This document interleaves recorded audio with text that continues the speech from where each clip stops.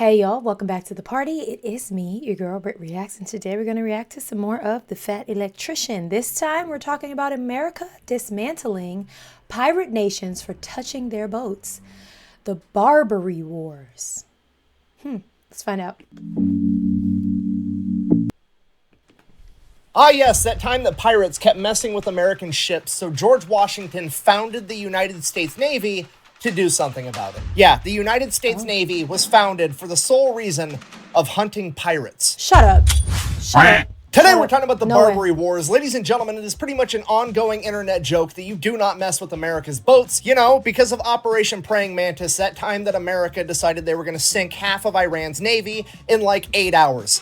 And Vietnam, and World War II. And they did it. World War I, and the Spanish-American War, and the War of 1812. I guess if you're not picking up what I'm putting down, I'm trying to tell you, this is the origin story of why you don't mess with America's boats. But first, a word from our sponsor, because this video is brought to you by my favorite underwear company, Sheath. Wait, hold on, I'm supposed to read a script for this one. Here's how to do a perfect ad read for our company. Let's take a quick second to thank our favorite sponsor for today's show, which is Sheath Underwear. Sheath makes the most comfortable boxer briefs ever worn, and Clarence's parents have a real good marriage.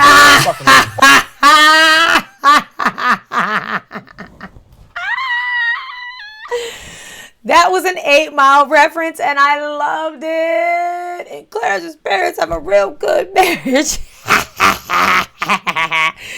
God, he's so good. I also love that he's like, there's a script. He's going to read the whole email, not just the script part, but like the whole email. Like, here's what we need you to say.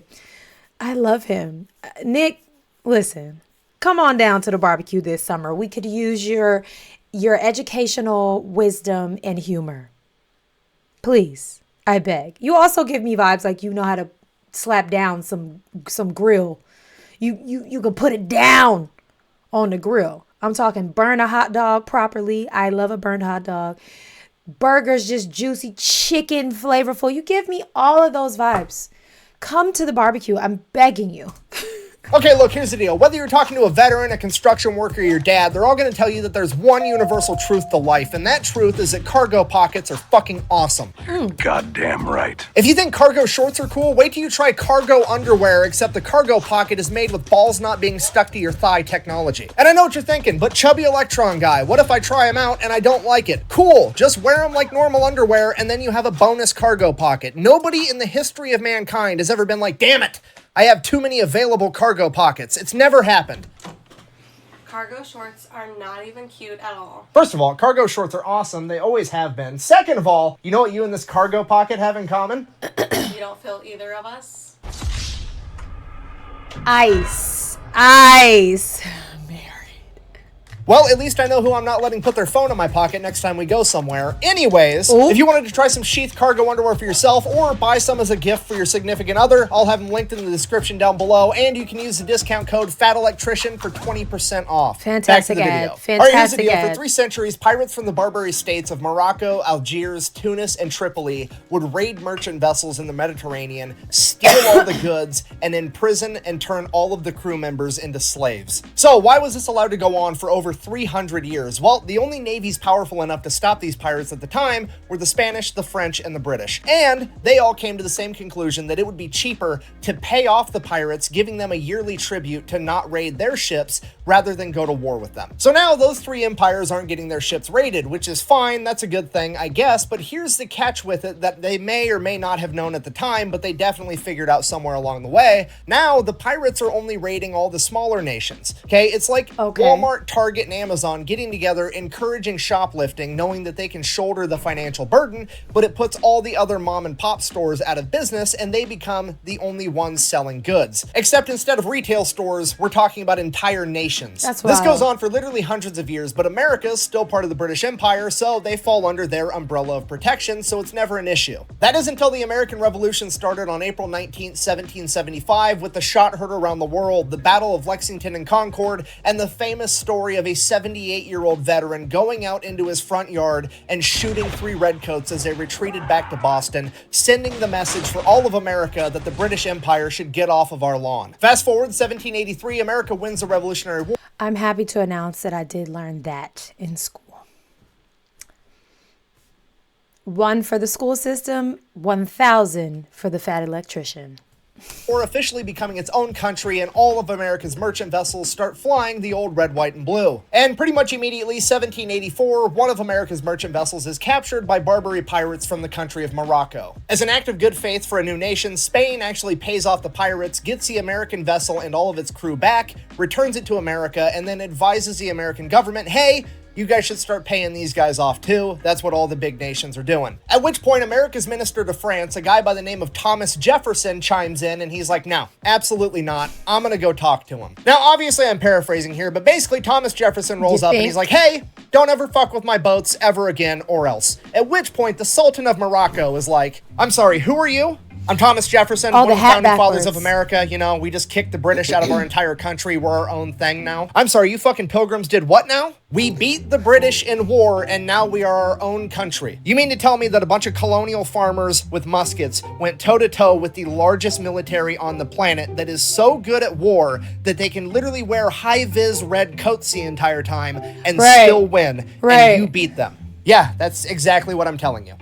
I mean, yeah, I could probably just leave your boats alone from now on. That historically seems like it's going to be a really good idea. And that is the story of how Morocco came to be the first country to recognize America as its own sovereign nation by signing the Moroccan-American Treaty of Peace and Friendship, which is the first and longest lasting peace treaty in American history. At which point, Thomas... I feel like I learned that too, but I didn't retain it. So we'll give that one to the school system. 2 for the school system.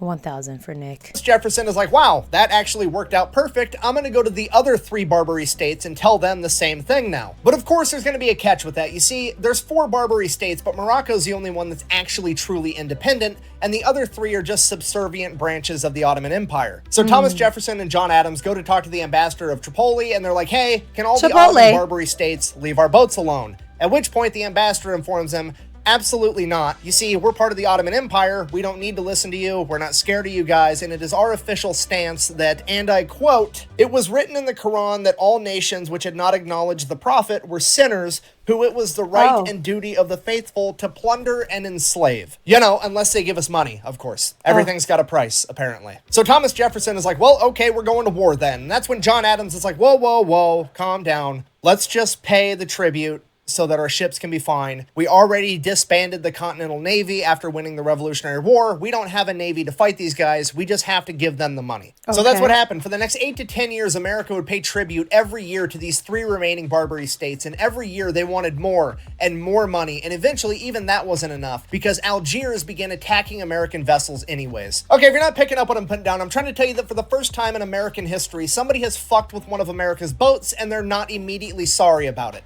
Oh. Yet. The president at the time, George Washington, goes to Congress and pretty much tells them what's going to happen because at this point in time, George Washington is basically the king of America. Nobody actually knows if he's going to step down from presidency or not. So he's like, hey, guess what? You guys are going to pass the Naval Act of 1794, establishing the United States Navy. And at the very top of that document, it very clearly states that the purpose we are building the United States Navy is so that we can combat Algerine corsairs, which is just a fancy word for state-funded pirates. Yes, I'm telling you that the founding document of the most powerful navy the world has ever seen at the top specifically states the sole reason for their creation is to hunt down and destroy pirates that had the audacity to fuck with one of America's ships. We've officially entered the find out portion of the story. America immediately commissions the building of 6 enormous frigates covered in guns to go fight these pirates. Fast forward to when the frigates are done. I love you guys so much. I love you guys so much. I love you guys.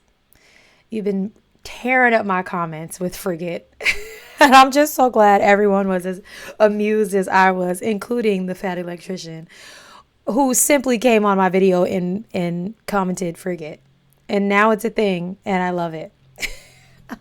It's so childish. It's like very Brit coded. I'm like, why? I don't know why that word is like, you know, it's like an immature word to me for whatever reason. Frigate! 6 enormous frigates covered in guns to go fight these pirates. Fast forward to when the frigates are done, it takes a couple years. It is now 1798, and George Washington has decided to step down from power, allowing for an election to happen, and we are now into the second president of America, John Adams. And John Adams decides he would rather keep paying tribute. Disappointed! God! America just created the Navy, spent $1 million creating all these frigates, and now John Adams just isn't wants to going cut to the- use cut them the for their check. intended purpose. Obviously, a lot of people are upset, including his own vice president, Thomas Jefferson. So Thomas Jefferson, the vice president at the time, immediately begins campaigning to run against the sitting president. I did not know this. This is tea. This is shady. This is very messy, very petty, and I love it. I need popcorn. President at the time immediately begins campaigning to run against the sitting president in the next election. Get him And one out of his here. biggest platforms We wanna is that fight. he is going to go fight these pirates rather than pay them tribute. And his slogan for this is, and I quote, "Millions in defense before a cent in tribute." Okay, just so we're clear, Thomas Oh, Jefferson. that's a bar. We were just talking about 8 Mile and Clarence and his parents. That was a bar. Let me find out these men back in the day, back in the day, were petty. It's like a rap battle. What are we talking about right now? This is fantastic. Millions in defense before a cent in tribute. Okay, just so we're clear, Thomas Jefferson's platform for running for president is, I'm going to spend millions of dollars in defense, which might as well be hundreds of billions of dollars at that point, because America no longer negotiates we're with terrorists. And I'm pretty sure my high school English teacher would refer to this as foreshadowing. So Thomas Jefferson wins the election. The entire world finds out that he's going to be the third president of the United States of America. And then on March 4th, 1801, the day of his inauguration, he receives a letter from Yusuf Karmanali, the Pasha of Tripoli. If you don't know, Pasha is like the dictator, the king, the president, the main What's dude in Tripoli? charge. And at this point, Thomas Jefferson, That's the a guy who place? just ran an entire presidential campaign on, I'm going to go fight pirates, is thinking in his head, like, maybe this guy found out that I'm about to send a navy over there to beat him up, and he's going to send an apology. Maybe he wants to sign a peace treaty like Morocco did. This is already working out great. I might not even have to send my navy over there. He opens the letter, and Pasha Yusuf Karmanali has decided that he is going to poke the Pilgrim King, because he is now demanding that because of the new administration, the United States owes him an extra $225,000 in tribute. And This sound like what's going on with the tariffs. Like you just stacking it up at this point, huh? We're just gonna we're at 125%. How about that? Foreshadowing owes him an much. extra $225,000 in tribute. And That's Thomas crazy. Jefferson is Loses pissed. it. Trying to get crazy with it. Don't you know I'm local? Originally, Thomas Jefferson was going to have to go to Congress, get permission to activate the Navy, to send him over there to fight these pirates. But not now. Originally. He's so mad, we're activating the rainbow shortcut to ass-whooping land, and Pasha Yusuf is going to have some consequences Candyland. immediately because he's sending the Navy today. But like I said, it takes a literal act of Congress to send the U.S. Navy over there on a military mission, so Thomas Jefferson is like, that's fine, we just won't send them on a military mission. Fill up one of our frigates with a bunch of gifts and peace offerings for Pasha Yusuf, and then give it a nice healthy escort of other frigates to defend it, and send them on their merry way to deliver the gifts. Right after he gives the commander of the United States Navy the standing order that he is also to defend any American citizen or ship from any potential aggression. Not aggression, potential aggression. If he thinks that somebody else might be thinking about doing something aggressive, Take them out. Take them down. Do your stuff. so the Navy sets sail. They're gone. They're en route. Thomas Jefferson that sitting in his Independence office, Day? and he What comes to movie the was that? realization, man, I'm pretty sure these pirates are going to attack him, but if they don't, they're actually going to end up giving Pasha What's-His-Nuts a bunch of these gifts, and I can't have it. So he whips out the old quill and parchment, and he writes a letter back and sends that off, and that letter basically reads, hey, America's done giving you Screw tribute you. for the rest of forever. F off. And obviously the letter makes it there first, at which point Pasha goes to the American consulate building and chops down the flagpole with the American flag on it, which in that part of the world is how you declare war. So the US Navy shows up off the coast of the Barbary States, the pirates attack them because they've already declared war, the US Navy defends themselves, word gets back to America, Congress then is like, oh, hey, we're at war, we're gonna go ahead and give Thomas Jefferson permission to use the United States Marine Corps at his discretion. And this is why, to this day, the United States Marine Corps is the only branch of the U.S. military that can be sent and deployed anywhere in the world without congressional approval. So for the next 2 years, the U.S. Navy and the Marine Corps set up a naval blockade and just go on a pirate hunting extravaganza until October of 1803, when the USS Philadelphia would get hung up on an uncharted reef right off the coast of Tripoli. The pirates seize this opportunity, they attack the USS Philadelphia, board it, take the crew hostage, and then over the next couple months, they were able to repair it enough to get it back into the harbor at Tripoli, where they then anchored it in place and used it as fixed artillery because it had way more guns than any other vessel they ever had. seen. Cue our first main character, Stephen Decatur, the commander of the USS Enterprise. Stephen Decatur? Is that what Decatur in Georgia is named after? Stephen Decatur? Definitely didn't learn that in school. America's unofficial flagship. He decides that he's going to don his plot armor, take the USS Enterprise out, and acquire himself a pirate ship, which he does. He then takes that pirate ship and the USS Enterprise and sails both of them to Sicily, where he hires 5 Sicilian mercenaries that know how to speak Arabic. They then sail back to Tripoli, where Decatur and 80 Marines are going to go below deck of this pirate ship, which has now been christened the USS Intrepid, as the 5 mercenaries are going to sail directly into the heart of the harbor, pretending to be Barbary pirates. They then go directly to the USS Philadelphia. 80 Marines and Stephen Decatur run out, kill the entire crew of pirates that are on the USS Philadelphia, and reclaim it. Unfortunately, the USS Philadelphia is too damaged to actually be used as a ship ever again, at which point Stephen Decatur decides, fine, we're just going to burn the entire thing to the ground, because if we can't have it, no one can. Deprive the enemy of nice things. I'm pretty sure Sun Tzu said that. So that's exactly what they do. They light the USS Philadelphia on fire, they're positive it can't be put out, and then they bounce. Not a single American is injured, and Stephen Decatur is hailed a hero because he has now led what is, in my opinion, America's first special operations mission. So now that that's taken care of, the problem at hand is that the crew of the USS Philadelphia is still being held hostage by the Barbary pirates, and they want a ton of money in exchange for them back. However, America no longer negotiates with terrorists, and that's not an option. Cue our next... I can't tell you how many times I say that phrase to my 10-year-old in a week. Like, no, girl, I don't negotiate with terrorists. Go do your schoolwork. However, America no longer negotiates with terrorists, and that's not an option. Cue our next 2 main characters, William Eaton and Presley O'Bannon. And before you ask, yes, Presley O'Bannon, as in the USS O'Bannon, the Fletcher-class destroyer from World War II that sank a Japanese submarine with potatoes. So yeah, they go in and they pitch their idea of how they're going to get the crew of the USS Philadelphia back, and it is, by every definition, a special operations mission. Basically, they want to take themselves, 2 dudes, plus 6 Marines for a total of 8 guys, and they're going to get dropped off in Egypt, because in Egypt is Yusuf Karmali's brother that is living in exile because Yusuf kicked him out because he is technically the rightful heir of Tripoli. So, they're going to get that guy. Where the heck is Tripoli? What is Tripoli? Are we still in Tripoli today?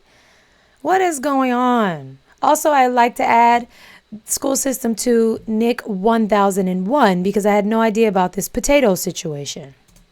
And all the buddies that are loyal to him, like 500 men, and then they're going to march them through the desert to Derna, where they are then going to use them to fight and take over the city and exchange the city for the crew of the USS Philadelphia. And upon hearing this ridiculous plan, the US military leadership is like, whoa, whoa, whoa. You want to take a small contingency of men, be dropped off in a foreign country, meet up with a rebel leader who already has a bunch of men, and then convince him that you're going to help him overthrow a current dictator, and then he can be the new dictator, and basically we're using other people to fight other people that we don't like to benefit us. And Presley O'Bannon and Eaton are like, yeah, that's pretty much exactly it. And the government is like, this is a terrific idea. I mean, we're probably never, ever going to do anything like this ever again, and we're not going to have an entire branch of special forces that specializes in it. Sorry, anyways, that's exactly what they do. He was so excited. They track down Hamet. They're like, hey, you want to go overthrow your brother? Cool, grab your guys, let's go. Somewhere along the way, the Marines also picked up 50 Greek mercenaries as they all began marching 500 miles through the Libyan desert to get back to the Tripolitan coast. And this march through the desert takes 50 days, and it is a complete shit show because somewhere along the way, they start running low on supplies, and they have to start rationing, and then some people get mad. There's accusations because the Greek guys are Christian, Hamet's guys are Muslims,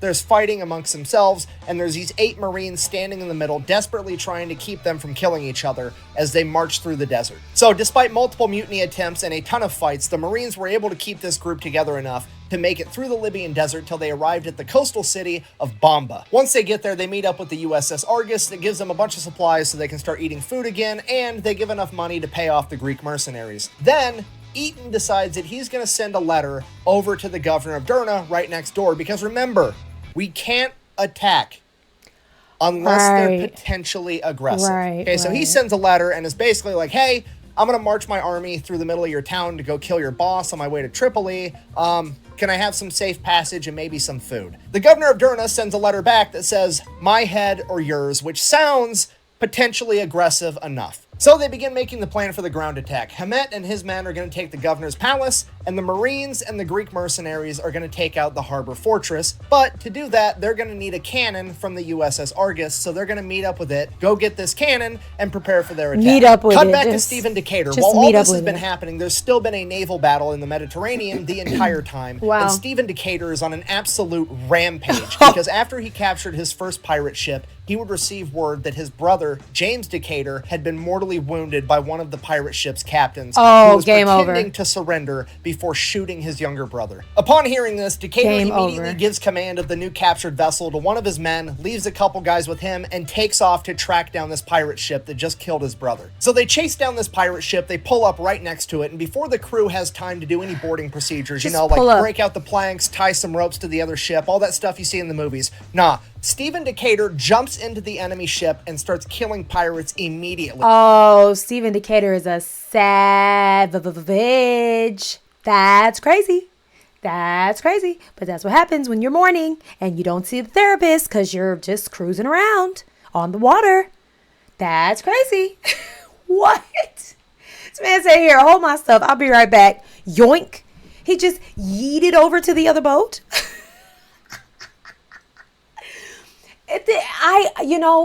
This is one of those things where it's like you have got to just marvel at the bravery of these men and women that go anywhere outside of their city streets to fight for people like you and me that they will never meet. Like, it just is like, I'm sorry. I could never. I'm a coward. Call me what you want. I'm a coward. I just like, oh, that is wild. It's wild. I'm impressed. It's a good wild. I'm just like, huh? But I mean, listen, you killed his brother and you did it in a really cowardly way. So off with your head. Off with your head. Nah, Stephen Decatur jumps into the enemy ship and starts killing pirates immediately. 9 Marines, seeing that happen, are like, oh shit, we're doing this. So they jump onto the pirate ship too and start throwing down, at which point the pirate ship veers off and breaks away from Decatur's ship. It is now 9 Marines and Stephen Decatur versus over 30 pirates on this vessel, and 30 is not going to be enough. Stephen Decatur kills multiple pirates, Massacre. including the captain that had slain his brother, officially avenging his brother's death, capturing that vessel as well. But he is still absolutely furious that his brother died, and he continues to go on a rampage, capturing another pirate ship and destroying 3 more over the coming weeks. Cut back to the men on the ground. Eaton and O'Bannon have been getting their battle plan ready this entire time. They just had their men go get a cannon off the USS Argus because they really need this cannon if they're going to be able to pull off this mission. So they're ready to attack. The U.S. Navy gets into formation and they are going to bombard the entire city of Derna while they launch this attack. Despite that, there's over 2,000 men loyal to Pasha Yusuf that are going to defend it, and they are heavily outnumbered. So Navy starts bombarding the shore. Hamet and his men take off to go attack the governor's palace,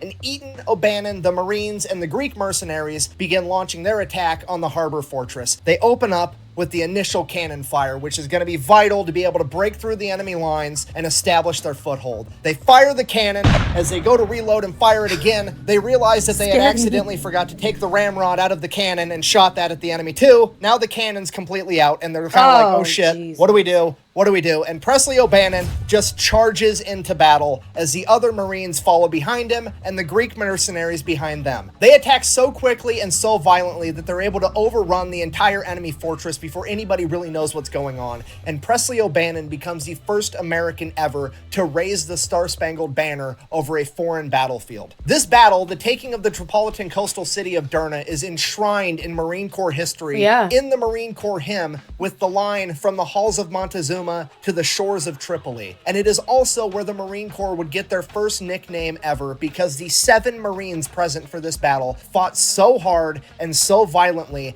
that they simply became known as the Leathernecks, referring to the leather collar that they wore around their neck to protect it from slashes from pirate swords. So Oh, that's kind of genius. A little fashionable, if you ask me. Very genius. The leathernecks. Leather collar that they wore around their neck to protect it from slashes from pirate swords. So Yusuf's men end up getting beaten back and are forced to retreat to Tripoli, at which point the Marines, the Greeks, and Hamet and his men all consolidate, figure out what happened. Hamet and his men were able to take over the governor's palace, and after the taking of the city of Derna, Hamet awards his very own sword to Presley O'Bannon as a gift for how valiantly he fought in battle. And this is the Mameluke sword, the same sword that is on the Marine Corps uniform today. So now Yusuf consolidates his military, sends an enormous army back to Derna to try to take it back over, and they're kind of just sitting on the outskirts of the city, waiting for the right moment to attack. Eaton and O'Bannon are writing correspondence to the US military in the chain of command like, hey, we took this entire city with like 8 Marines, give us some reinforcements, we're gonna go take Tripoli next, and then we'll just overthrow this entire country. This goes on for over a month, and they defend the city multiple times from attacks from Yusuf's men, and eventually Eaton receives a letter informing him that he is to stand down and just leave, because American diplomat Tobias Locke has struck up a deal with Yusuf Karmanali. And apparently he struck up this deal with absolutely nobody's permission, because the deal is America is going to pay Yusuf Karmanali, the pirate king, $60,000, and in exchange, we are going to receive the USS Philadelphia back, as well as a peace treaty that they are going to leave American ships. The USS Philadelphia that was set ablaze in the middle of the ocean? Why do we need that back? What is there to retrieve back? Also, how much is 60,000 back then? Are we talking a couple milli? Like a milli. Name that song. You're going to receive the USS Philadelphia back, as well as a peace treaty that they are going to leave American ships alone from now on. So yeah, everybody's pretty pissed off about it, from Thomas Jefferson, Presley O'Bannon, William he did Eaton, it with Stephen no one Decatur. knowing? They're all furious that we are now giving $60,000 to this pirate king, as opposed to overthrowing his entire city of Tripoli, or at a minimum using the fact that they're holding Derna and use that as leverage to exchange. But whatever, the war's over, I guess. For now. So the peace treaties were signed in 1805. Now, fast forward 7 years, 1812. The War of 1812 happens. Okay, if you don't know, the War of 1812, there's more to it than this, but the reason that it started is that Great Britain wanted to have more control over the seas and trade, because America was getting too much, because America was no longer getting attacked by pirates, because we just beat them in a war now too. So, Great Britain launches another war against America. During this war, they encourage the Barbary pirates to start attacking American vessels. Again. Shady. And honestly, it works out pretty good for the pirates, at least for a little while, because the American Navy is too busy to worry about them, because their hands are full with the British Navy. Fast forward 2 years, 8 months later, the War of 1812 ends. Now, luckily for the Barbary pirates, Thomas Jefferson is no longer president at this point. We are on to America's 4th president. Let me check my notes here. James Madison. If you don't know, James Madison is half of what is referred to as the Forefathers dynamic duo, and the other half is his best friend of all time, Thomas Jefferson. And I don't know if you figured this out yet at this point in the story, but Thomas Jefferson hates pirates. So sitting President James Madison, being the homie that he is, looks over at now Commodore Stephen Decatur and says, "Go get him, Tiger."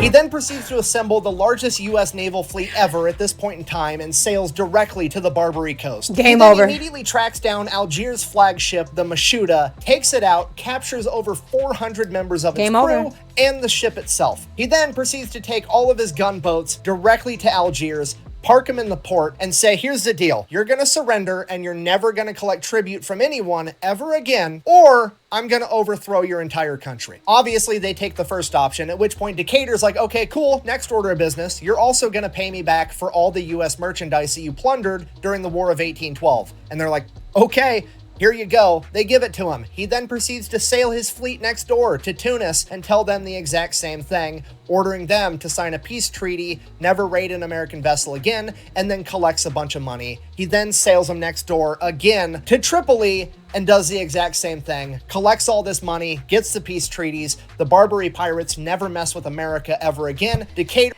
This is the type of energy I feel like the Donald Trump 2.0 administration is on. Like, they're done playing with everybody. Like, they're just kind of like, we're going to pull up. You're either going to say yes or no, and you will reap the consequences if you say no. Like, that's what it feels like. It feels very much like this type of energy. Like, no one is playing games with you. The right answer is the only answer, and that is yes. If you say no, hell hath no fury, like Trump 2.0. That's like what this feels like. It's like, stop playing with America. That's what it feels like right now. It feels like with everything that's going on. Oh, not me knocking the microwave. Trump is taking some notes from Jefferson and Madison, and he's like, I'm done playing. I don't like the pirates. I'm done playing. Money, gets the peace treaties. The Barbary pirates never mess with America ever again. Decatur and his fleet sail back home, and he tells the government what happened. The American government is blown away at the results that Decatur was able to achieve when they had like no idea, to not only get peace treaties without too much violence, but also get a bunch of money and concessions on top of it. All Decatur said was, peace was achieved through the mouth of our cannons. At which point he was given the nickname another the bar Conqueror of the Barbary pirates. Another and with the rest bar. of the world seeing a new country, they're all rappers, stand up for itself against the Barbary pirates and winning, they would start doing it too, and everybody started fighting back and quit paying tribute to the Barbary pirates, and in the coming years, they would fade into nothing as their 300-year reign of terror had come to an end. So in conclusion, the moral of the story is, please, for the love of God, do not mess with America's boats. Thank you for watching. Best way to support the channel is go buy some merch over at thefatelectrician.com. Quack bang, out. And that is part one of the origin story of how America became the world police. Part one. Part two ends after the Korean War when NATO gets founded.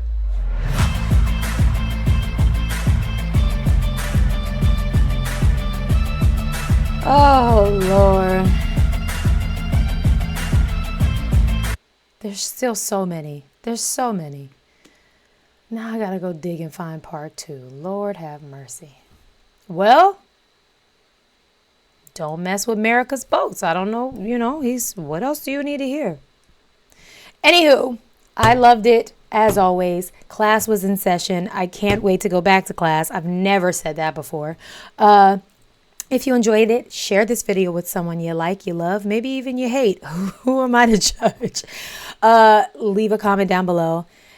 And make sure, above all else, you're subscribed because we have a lot of fun here. All right, folks. Have the day you deserve.